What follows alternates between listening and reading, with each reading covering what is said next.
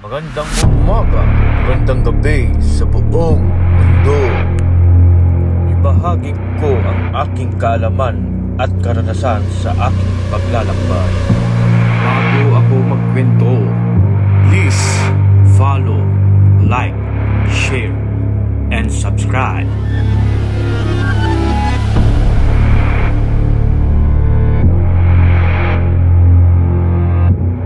What's up?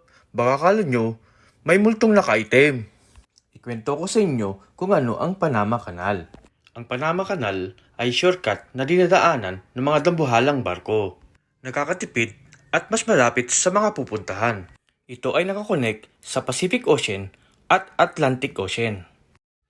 Sino ba ang gumawa sa Panama Canal? Inumpisahan ito ng French noong 1881. Ngunit nabigo at bagsak sila. Kaya ito ay pinagpatuloy ng United States of America in 1904 hanggang 1914. Ayun, successful ang gawa.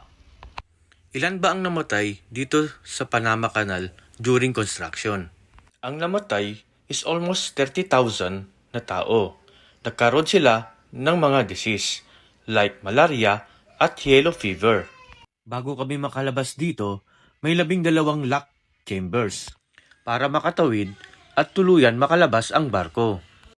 Bago matapos ang aking video, ako'y nagpapasalamat sa inyo. Dito pala sa Panama Canal ay maraming crocodile. Oops! Baka akala nyo, crocodile ng Pilipinas. Oh my God! Wow!